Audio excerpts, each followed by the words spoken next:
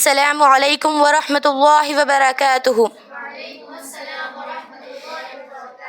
نحمده ونصلي على رسوله الكريم أما بعد فأعوذ بالله من الشيطان الرجيم بسم الله الرحمن الرحيم۔ جب سب کہیں گے نفسی نفسی وہ وقت بھی آئے گا، جب سب کہیں گے نفسی نفسی وہ وقت بھی آئے گا، دامن مصطفیٰ ہی ہم سب کو بچائے گا۔ محترم سامعین، آج کی میری تقریر کا موضوع ہے عقیدہ شفاعت۔ یہ کوئی معمولی موضوع نہیں بلکہ ایمان کا ایک اہم جز ہے جس کا حکم، جس کا ذکر قرآن اور حدیث میں صراحت کے ساتھ موجود ہے۔ شفاعت کا مطلب ہے کسی کی سفارش کرنا یا کسی کے حق میں کلام کرنا تاکہ اسے نقصان سے بچایا جائے یا پھر اسے فائدہ پہنچایا جائے۔ دین اسلام میں شفاعت کا مطلب ہے اللہ تعالیٰ کی اجازت سے نبی کریم صلی اللہ علیہ وسلم، انبیاء کرام، علماء، صالحین اور قرآن بروز قیامت مومن کے حق میں شفاعت کریں گے۔ قرآن کہتا ہے مَا ذَا الَّذِي يَشْفَعُ عِندَهُ إِلَّا بِإِذْنِهِ، سو کون ہے جو اس کے حضور سفارش کرے مگر اس کی اجازت کے۔ سورہ انبیاء کی آیت نمبر 28 میں اللہ تعالیٰ ارشاد فرماتا ہے سفارش کسی کے لیے سفارش نہیں مگر اس کے لیے جس کے حق میں اللہ تعالیٰ راضی ہو۔ سبحان اللہ۔ محشر کی تپش میں جب کوئی سایہ نہ ہوگا، محشر کی تپش میں جب کوئی سایہ نہ ہوگا، آقا کی شفاعت کا ہی سہارا ہوگا۔ حدیث شریف میں ہے نبی کریم صلی اللہ علیہ وسلم فرماتے ہیں کہ میری سفارش، میری شفاعت میری امت کے ان گناہ گار لوگوں کے لیے ہے۔ اور ایک حدیث شریف میں ہے نبی کریم صلی اللہ علیہ وسلم فرماتے ہیں کہ بروز قیامت لوگ ایک دوسرے سے بات کریں گے اور کہیں گے کہ چلو کوئی ایک ایسا شخص ڈھونڈے جو اللہ تعالیٰ کے حضور ہماری شفاعت کرے۔ تو سب سے پہلے وہ لوگ حضرت آدم علیہ السلام کے پاس جائیں گے اور کہنے لگیں گے اے آدم علیہ السلام، اللہ تعالیٰ نے، آپ تمام انسانوں کے باپ ہیں، اللہ تعالیٰ نے آپ کو اپنے دست قدرت سے پیدا کیا، آپ کو جنت میں ٹھہرایا، اے آدم علیہ السلام آپ ہمارے لیے شفاعت کریں۔ تو حضرت آدم علیہ السلام کہیں گے نفسی نفسی، مجھے میری فکر ہے، مجھے میری فکر ہے، اور وہ حضرت نوح علیہ السلام کے پاس بھیجیں گے۔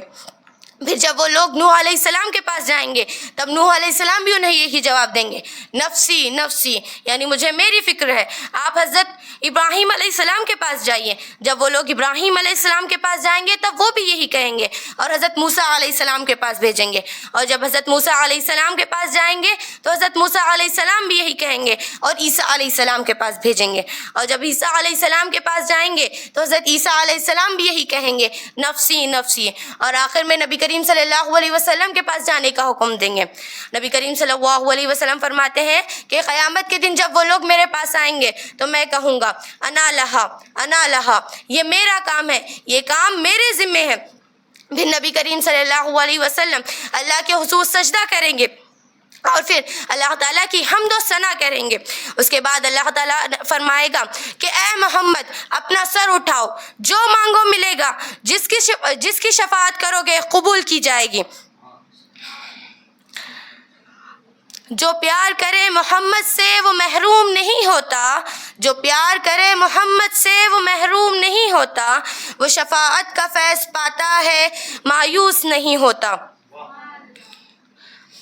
سفارش کون کون کریں گے؟ جیسے کہ میں آپ سب کو بتا چکی ہوں کہ سب سے بڑی شفاعت نبی کریم صلی اللہ علیہ وسلم کریں گے، اس کے بعد انبیاء کرام، پھر صالحین، علماء، اولیاء کریں گے، اور چھوٹے بچے بھی اپنے والدین کے لیے شفاعت کریں گے۔ سبحان اللہ۔ اور اب کن لوگوں کو شفاعت ملے گی اور ان کے درجے کیا ہوں گے؟ سب سے پہلے شفاعت گناہ گار مومنوں کے لیے ہوگی، یعنی جن لوگوں نے دنیا میں رہتے ہوئے کبیرہ گناہ کیے لیکن وہ مومن تھے تو نبی کریم صلی اللہ علیہ وسلم ان کی شفاعت کریں گے۔ پھر جنت میں بلند درجات کے لیے شفاعت، یعنی جو نیک مومن ہیں ان کے درجات بلند کرنے کے لیے شفاعت کی جائے گی۔ جہنم سے چھٹکارا دلانے کی شفاعت، جہنم جو نبی کریم صلی اللہ علیہ وسلم فرماتے ہیں کہ روز قیامت جو سب سے آخری شخص، جو میری امت میں سب سے آخری شخص جہنم سے نکالا جائے گا، وہ گھسلتے ہوئے جنت میں داخل ہوگا۔ یہ بھی نبی کریم صلی اللہ علیہ وسلم کی شفاعت کی برکت سے ہوگا۔ یہ تو شفاعت، جن کو شفاعت ملے گی وہ لوگ تھے۔ اب شفاعت کن کے لیے نہیں ہے؟ شفاعت ان لوگوں کے لیے نہیں ہے جو ایمان نہیں لائے، یعنی کفار اور مشرکین کے لیے شفاعت نہیں ہے۔ قرآن کہتا ہے سفارش کرنے والوں کی سفارش بھی اس دن ان کے کام نہیں آئے گی۔ یہ آیت کفار اور مشرکین کے لیے نازل ہوئی کہ ان کے لیے شفاعت نہیں ہے۔ کفار کے لیے شفاعت کی پناہ نہیں، کفار کے لیے شفاعت کی پناہ نہیں۔ یہ ایمان شرط ہے، یہی دین کی راہ۔ محترم سامعین، عقیدہ شفاعت ہمیں یہ عقیدہ دلاتا ہے کہ چاہے ہم جتنے بھی گناہ گار ہوں، لیکن اللہ کے حبیب صلی اللہ علیہ وسلم کی شفاعت انشاءاللہ ہمارے گناہوں سے ہمیں بخشش دلائے گی۔ محترم سامعین، نبی کریم صلی اللہ علیہ وسلم کی شفاعت اگر ہمیں چاہیے تو ہمیں ایمان پر رہنا چاہیے، ہمارا خاتمہ بالخیر ہونا چاہیے۔ آخر میں اللہ تعالیٰ سے دعا ہے کہ ہم سب کو نیک بننے کی توفیق عطا فرمائے اور نبی کریم صلی اللہ علیہ وسلم کی سنتوں پر عمل کرنے کی توفیق عطا فرمائے، اور آخرت میں نبی کریم صلی اللہ علیہ وسلم کی شفاعت نصیب فرمائے۔ والسلام علیکم ورحمۃ اللہ وبرکاتہ۔